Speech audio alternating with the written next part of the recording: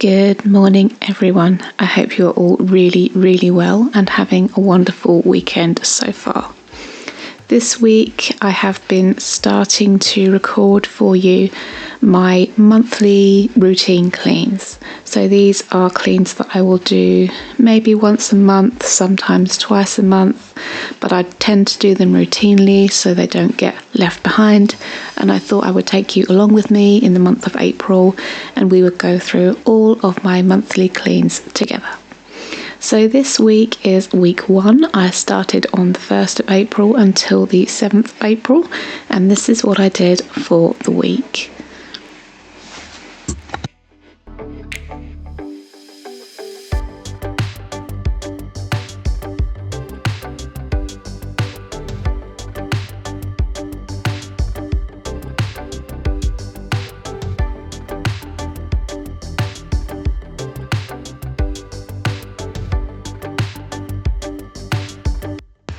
So on day 1, on the 1st of April, I began with the Tumble Dryer.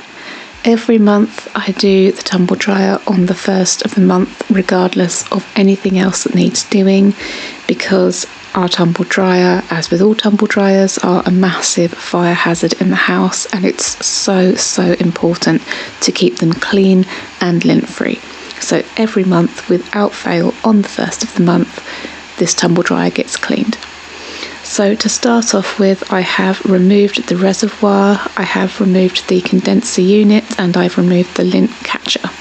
And I'm just going over the front of the machine and the vent at the front to get that all clean and lint-free.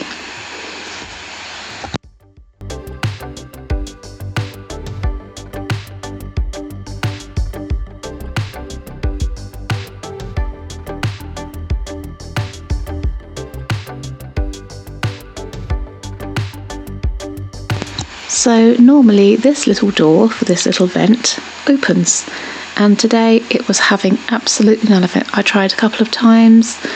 Usually I can get it open, I can clean it really easily, but today it was just absolutely not having any of it. I think maybe it's warped or rusted inside or something, but either way it's not opening. So I tried a few different tricks to get all of the dust out of this vent. This is the intake vent, so it's really important to keep that clear. I did eventually manage it with a kebab skewer in the end, so we got there in the end.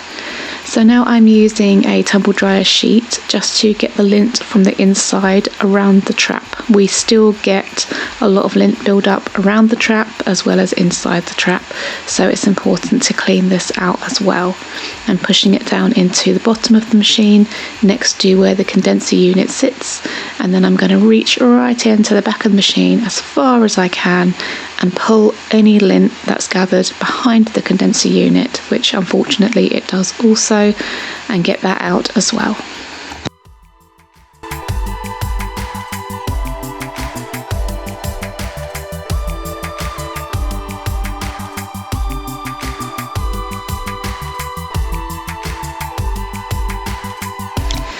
Time to give everything a good wash in some nice hot soapy water, starting off with the lint trap itself. I have removed the lint and I'm just going over it really gently because the gauze is quite fragile, with a microfiber cloth, and just getting any hairs, any bits of lint, any bits of dust.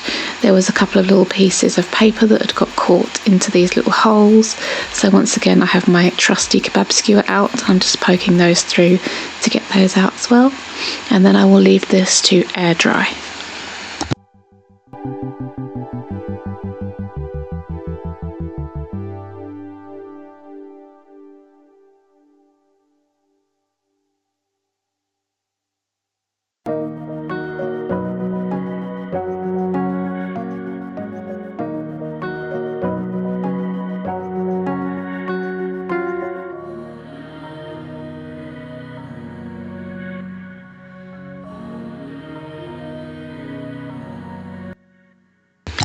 So next up is the big reservoir.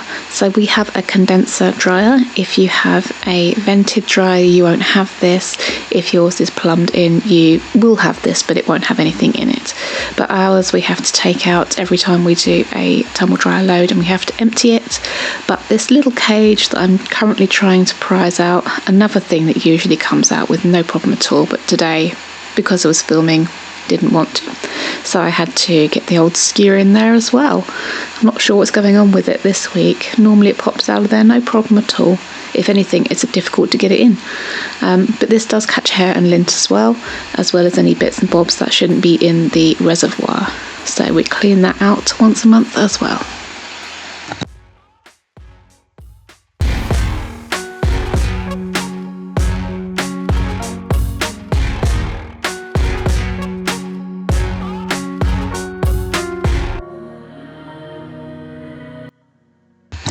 And the last part of the internals of the machine, the most satisfying part to clean, is this lint trap here. This lint trap at the front of the condenser unit. So we get lint inside the condenser unit, even though it's already gone past the trap. We get lint behind it, we get lint everywhere. Don't think you're safe just emptying out the lint trap every time. You need to get through and clean this as well. We do not want fires in our homes, and this is where it's going to happen. So you can see, I do this every single month, but you can see just how much lint has built up in that condenser unit. So I'm going to give it a good flush through. I don't know why this footage is on here twice, my apologies for that, but there we go. That was the initial dump of the lint that came out of it on the first flush. So now I'm just going to give it a good rinse under some hot water, make sure I've got every last scrap of that out. I'm pouring water through from every angle I can think of before I give it a good scrub and make sure it's all nice and clean and fresh. We don't want musty smells either.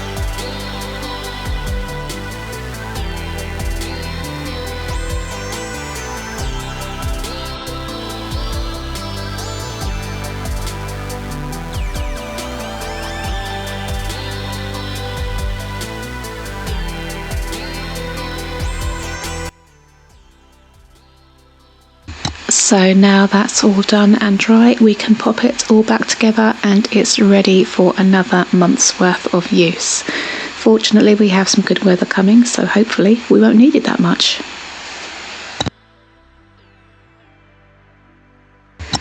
So day 2, the 2nd of April, it's the turn of the vacuums. So I did both my shark and my vacs, but I only filmed the shark. I didn't want the video to be too boring, and it's much of the same kind of routine anyway. So I'm taking it apart as much as I possibly can to make sure I can get into all the bits and pieces and give them a good clean out. So the brush bar is, you know, one of the things that you have to do, unfortunately.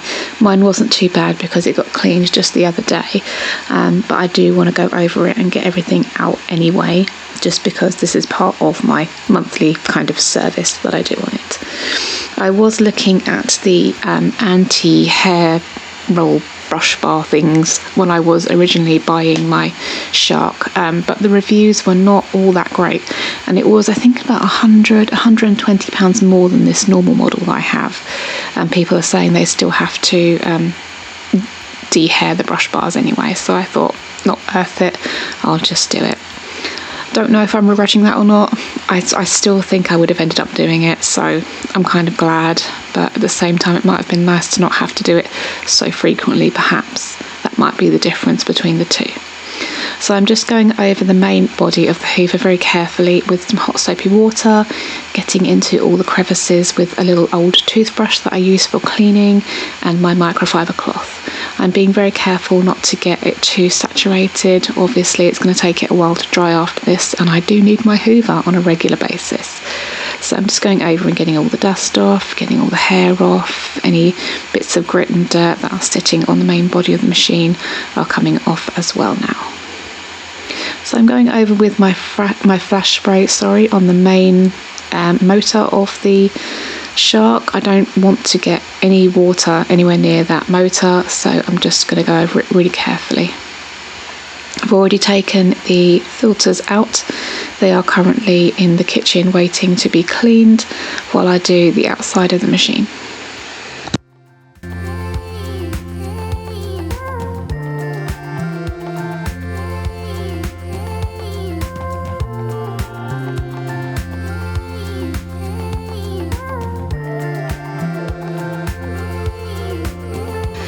So now I've moved into the kitchen with the rest of the parts of the machines, the filters, the roller bar and the main canister that holds all of the muck when you're hoovering.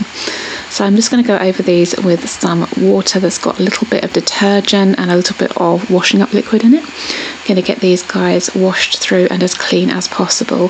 The filters always look a bit mucky, and I did actually end up buying some fresh ones. So I've got 2 new sets of fresh ones as well as these ones, so I can rotate it a bit more frequently so they stay a bit cleaner. Going into the main sort of bucket, canister, I don't know, there's probably an official word for this. I really hate cleaning the one on the Shark, I must admit. It's really fiddly. There's lots of nooks and crannies where kind of dust and muck and hair and things get caught, and you can't really access them. It doesn't come apart as well as it looks like it should. This kind of silver cone in the middle doesn't come out, even though it looks like it should. I've tried and tried many times. It doesn't come out, and so it's really difficult to get into all those corners and crevices. But I'm doing as best as I can with my microfiber, with my toothbrush and with my trusty kebab skewer.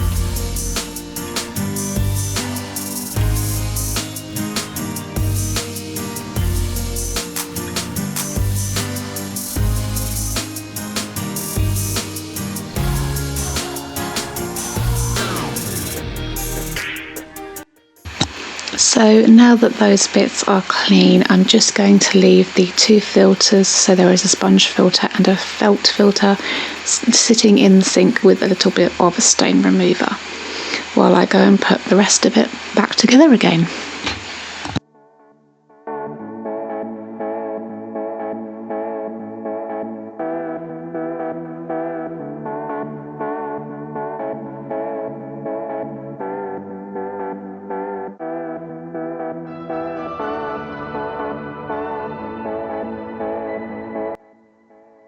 And this is the next day, and the filters are going back in again.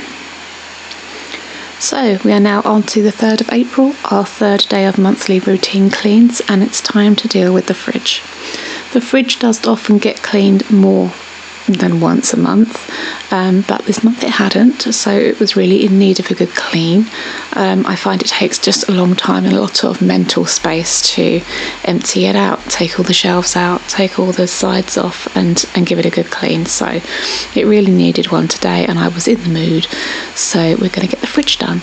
So I'm going to start off by taking absolutely everything out of here and popping it into the sink to soak. Obviously not the food, I mean like the shelves and things. They're going to sit in the sink and soak, and I'm going to take all the food and pop it on the side, and I will go through that before I put it back in the fridge, make sure everything is still in date, everything's still looking good and ready to be eaten. So I'm going around the inside of the fridge now with a little bit of hot soapy water. I'm finding I'm using a lot of hot soapy water for my monthly cleans. Honestly, it doesn't need much more than that, and certainly in a place like a fridge you don't want anything that has a very heavy fragrance or might have any kind of toxicity. Obviously you don't want that near your food, so I'm certainly not putting any Zoflora in here. There's no flash going on in here, it's just hot soapy water and a scrubby sponge. Just going to go all over the inside of the cavity of the fridge and make sure there's no bits of food clinging to the side.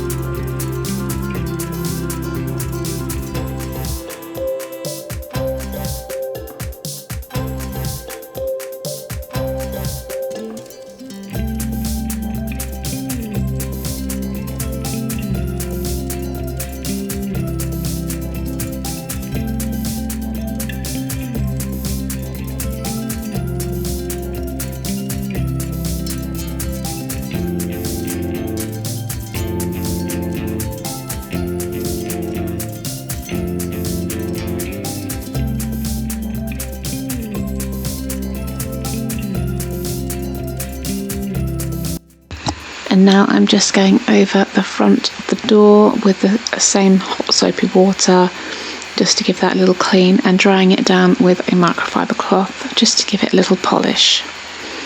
Moving over to the sink now, I'm going to get all of these shelves clean.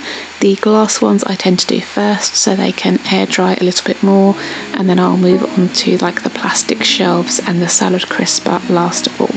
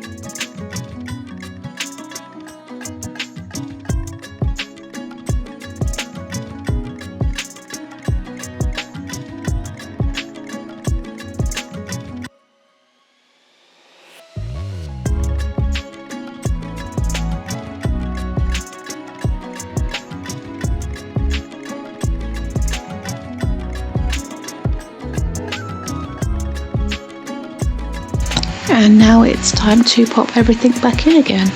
I did go through all of the food and throw away anything that was expired. There was only a couple of things actually, and they weren't expired. They were just past their best before, and I knew that we weren't going to eat them anytime soon. So those bits went, and I'm just popping everything back in a more organised way, just so it's a little bit easier to find things in here. I find if the fridge is too cluttered or too confused, things tend to go bad because people don't know where to look for them, they don't see them in there, and it ends up going bad. And of course I'm restocking my Pepsi too. Love a nice cold Pepsi.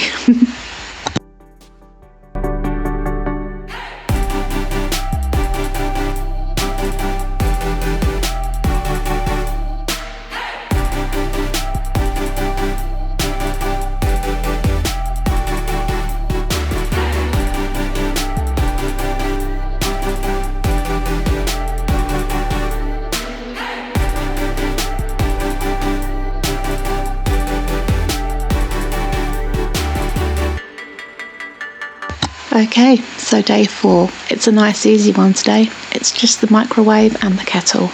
I did end up also doing the toaster, but I don't think I filmed that. If I remember rightly, I didn't film. But microwave and toaster today, microwave and kettle, sorry, today. Very, very simple. Again, hot soapy water, scrubby sponge, get all inside the cavity of the microwave, especially on the roof of the cavity. It often gets forgotten and food will splatter up there without a shadow of a doubt if it gets half a chance. So that's where all your icky food is going to be, right on the top there. And then I'm just going over the front as well. We have a mirrored front on our microwave, so I am going to go over that and polish it with a clean microfiber cloth as well, just to make sure we don't get any nasty looking streaks. This microwave doesn't have a turntable, so it's a nice easy one to clean, and I absolutely love that aspect of it.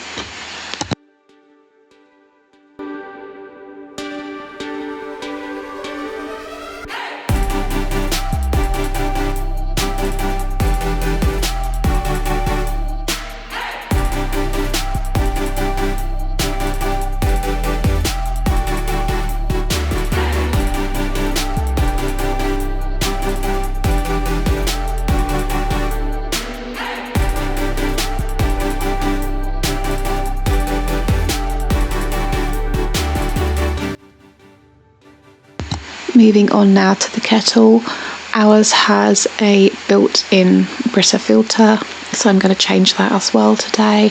This kettle is very much on its last legs. I am very pleased to say any of you who have been around here for a while will know that I absolutely hate this kettle. I despise it. It's a horrible kettle to clean. There are so many little nooks and crannies where limescale builds up. Even though it has a filter, we still get quite a lot of limescale build up. So I'm going to pop some descaler in here now to deal with that and let that sit and rest for a little while. And I'm just going to change out the cartridge. We have, I think they're called Pure Pods. They are compatible with Brita, but there's less plastic waste. So I'm just going to give that a little soak before it goes through. I'm going to put it through, I think I did it 3 times, and then rinsed out the kettle and boiled it before it was finished. So now day 5, the washing machine. This is the one that I usually do on the same day, if not the day after the tumble dryer, but it got a little bit delayed this week. But I finally got to it. So my first job is to remove the drawer and to remove the filter cap. I was very worried about removing the filter cap this time because I did actually break it the last time I did this, and it was quite expensive to replace, even though it's just a simple little thing, and I was terrified I was going to break it again. But all was well, it went back on. It did scare me because it took me a few goes to get it back on, but it did go back in absolutely fine. So I'm going to go over the front of the washing machine today with just a little bit of flash spray. I think this was the bicarb one. It has a nice clean kind of linen scent. It's really, really nice, perfect for the washing machine. So I'm going over that just with the soft side of a sponge to make sure I don't scratch anything, just getting all of the gunk off. It's surprising how mucky the front of the washing machine gets. I don't really understand how, but it's always dusty, it's always got hairs clung to it, it's always got mud on it. I don't understand how it happens, but it's always dirty. I could clean this machine every single day, and quite often I do clean the front of this and it's still mucky the next day. I don't know how, I don't know why, but it is what it is. So I'm going over the front of it yet again today.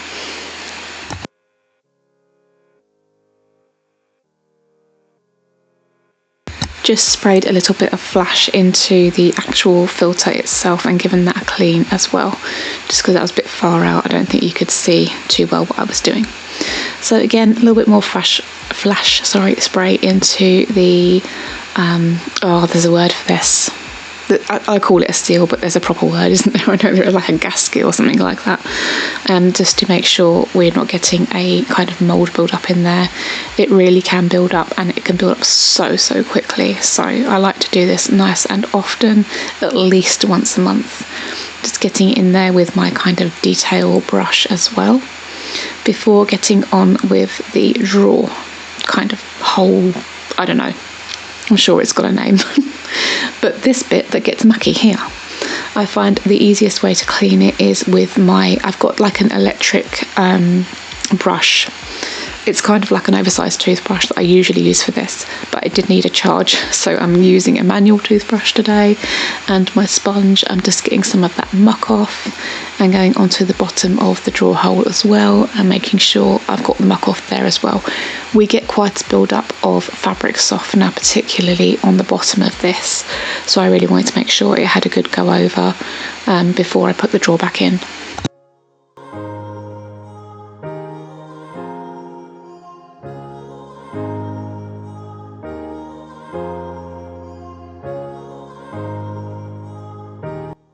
Once again, up to the sink we go. I'm washing out the filter cap itself. It gets hairs and bits of grit caught in it, although it wasn't particularly dirty today. I gave it a clean anyway because it's nice and new.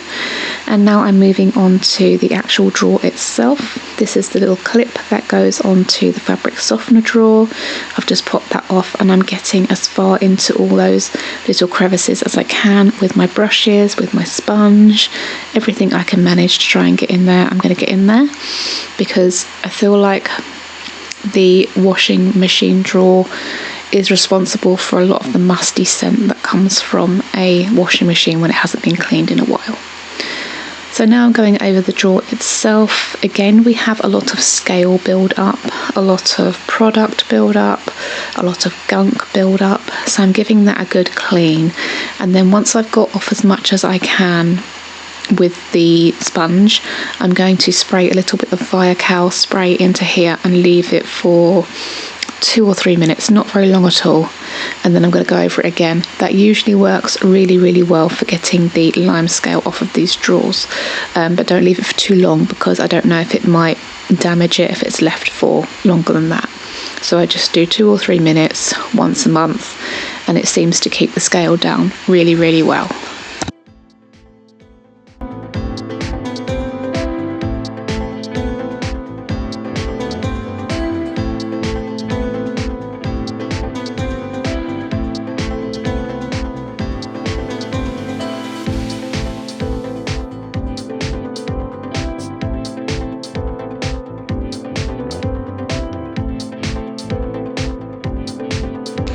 And once again, now it's just a case of putting everything back together. As you can see, that filter gave me some trouble getting it back in, and I started to panic, but it did go back in fine. I just didn't have it lined up properly, and because I was freaking out, I made it worse.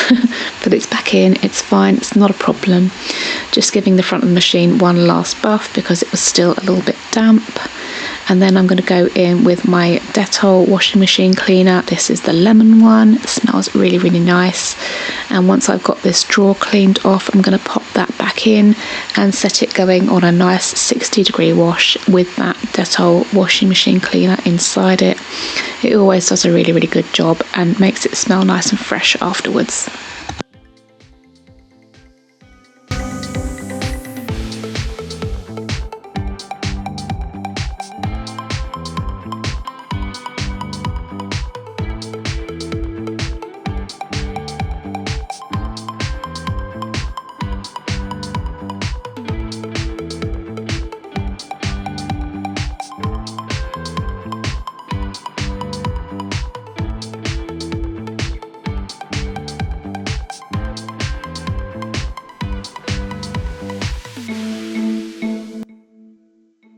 Okay, day 6 already. We're almost a week into our monthly routine cleans, and today I really wanted to tackle these bookshelves. I don't currently have them on my routine clean, which is why I didn't want to forget them. So I've slotted them in on the 6th. That's where they will be every single month. I got these bookshelves a couple of months ago with the intent to build them in and make like this whole built-in fireplace kind of thing. I haven't got that far yet, which is why you can see that it's leaning. It's not secured to the wall, so that's a bit scary as well. I might just secure it temporarily, and then when I build it in, it won't matter because it'll be built in, it won't be able to fall. But don't worry, it's secure enough, it's not going to go over, but it is a little bit scary when you're pulling things on and off of it. So I went in today with my damp duster, which I actually bought for my spring clean and put into the cupboard and completely forgot about. I've not had a damp duster before, and this was my first time using it, and I'm a little bit in love, I won't lie. This thing's amazing. Why did I not know? I thought it was just like a gimmick, I'm not going to lie. I thought it would be like good for maybe 1 or 2 uses and then it would be rubbish, but this thing is amazing. If you guys haven't tried the damp duster yet, I would really recommend picking one up if you see them. You can usually get them in places like B&M, Home Bargains. I actually picked mine up in Asda. I think it was only a few pounds, it wasn't a lot, but it comes ready damp and you just re-wet it to continue its use really, so it can dry out between uses and then you re-wet it. But I thought all of the dust and hair and stuff was going to get caught on it, but it doesn't. It just rinses off. Like, it's wonderful, it's an amazing thing. Definitely going to be using this more often, and I'm definitely going to get more. Look at all that, disgusting. I'm certainly going to get a couple more, one for upstairs, one for downstairs, and one maybe for even in the car. But it's done an amazing job of the bookshelves. I'm literally just damp dusting them and then popping everything back, nice and easy.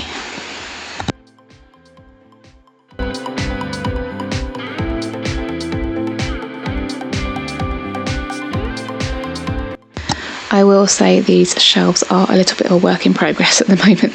Obviously they're not built in properly yet, nor is the fireplace or the TV. None of it's like complete yet, it's just as is for now. But a lot of the stuff that's on these shelves is only on the shelves to fill the shelves. I really want to make them look really nice and aesthetic, but also be useful and pretty and just lovely. At the moment they've just kind of got stuff on, and a bit of clutter is starting to creep into those baskets. So I really want to do a little mini declutter. It won't take long, probably about 20 minutes at some point this week, and just bring down that clutter that's started to appear on them. But for now they're all done. And now we're on the last day, 7th of April, and we're going to do the downstairs internal doors. I know, it's exciting, right? But these doors gather so much dust, particularly this one. This is right next to our front door, so every time people come in, any dust and mud and stuff that comes with them tends to float around in this area and end up attached very firmly to this door. So doing the downstairs internal doors today, I'll be doing the upstairs internal doors next week, as well as the external doors. But it's things like these that get forgotten about. So it's things like these that you need to schedule in. Certainly I need to schedule them in to my monthly routine so I know what I'm doing and make them all pretty again.